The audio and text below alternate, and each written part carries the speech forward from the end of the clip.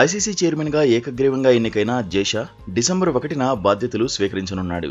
ప్రస్తుతం షా పదవీ కాలం 3 ఏళ్లు కాగా మరో పర్యాయం కూడా కొనసాగే అవకాశం ఉంది. అంటే దాదాపు 6 ఏళ్ల పాటు అతడు ఐసీసీ హెడ్గా బాధ్యతలు నిర్వర్తించే ఛాన్సులు ఉన్నాయి. కేవలం 35 ఏళ్ల పిన్న వయసులో కీలక బాధ్యతల్ని భుజానికెత్తుకోనున్న జైషాతో ఐసీసీలో సరికొత్త అధ్యాయం ఆరంభం కానుంది.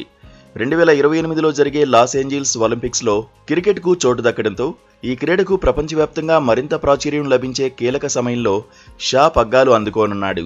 ఈ నేపథ్యంలో తనకు ఎదురయ్యే సవాళ్లను అధిగమిస్తూ క్రికెట్ను షా ఎలా ముందుకు తీసుకువెళ్తాడు అనేది ఇప్పుడు ఆసక్తిగా మారింది.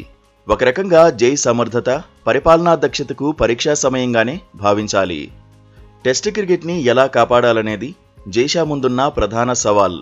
ప్రపంచవ్యాప్తంగా ఫ్రాంచైజీ క్రికెట్కు ఆదరణ పెరుగుతున్న నేపథ్యంలో సుదీర్ఘ ఫార్మాట్ మనుగడ రోజురోజుకు కష్టమవుతోంది. పైగా ఆటలో కొత్తగా అడుగుపెట్టిన దేశాలు కూడా టెస్ట్ క్రికెట్పై పెద్దగా ఆసక్తి ప్రదర్శించడం లేదు. ఈ నేపథ్యంలో గ్లోబల్ బాడీ హెడ్గా షా తీసుకోబోయే నిర్ణయాలకు ఎంతో ప్రాధాన్యం సంతరించుకోనుంది. భారత టెస్ట్ క్రికెటర్లకు మ్యాచ్ ఫీజులో 300% బోనస్గా ప్రకటించి యువతను టెస్టుల వైపు ఆకర్షించేలా బీసీసీఐ నిర్ణయం తీసుకోవడంలో షా కీలక పాత్ర పోషించాడు. దీంతోపాటు ఐసీసీ ఈవెంట్ల క్రేజ్ను పెంచాలనే మరో సవాల్ జైషా ముందు ఉంది. 2024 టీ20 వరల్డ్ కప్లో 20 దేశాలు పాల్గొన్న కొన్ని కారణాల వల్ల ఆశించినంత ప్రాచుర్యంతో పాటు ఆదాయం కూడా లభించలేదు. అయితే ఒలింపిక్స్తో రానున్న క్రేజ్ను మరింత విస్తరిస్తే ఆట మూలాలు మరింతగా బలపడతాయి.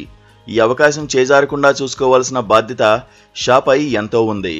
ఇక ఐసీసీ ఈవెంట్ల స్థాయిని మరింతగా పెంచాల్సిన అవసరం ఎంతైనా ఉంది. టోర్నీల నిర్వహణతో పాటు వాటిపై వచ్చే ఆదాయం కూడా అదే స్థాయిలో ఉండాలి. ఇటీవలి కాలంలో వన్డే వరల్డ్ కప్, ఐపీఎల్ ఈవెంట్లను భారత బోర్డు సమర్థంగా నిర్వహించి భారీగా ఆదాయాన్ని కూడా సమకూర్చుకుంది. బ్రాడ్కాస్టింగ్ ఒప్పందాలు, పెద్ద ఈవెంట్ల నిర్వహణలో షా ఎంతో సమర్థంగా వ్యవహరించాడు. ఆ అనుభవం ఐసీసీకి లాభించే అవకాశం ఉంది.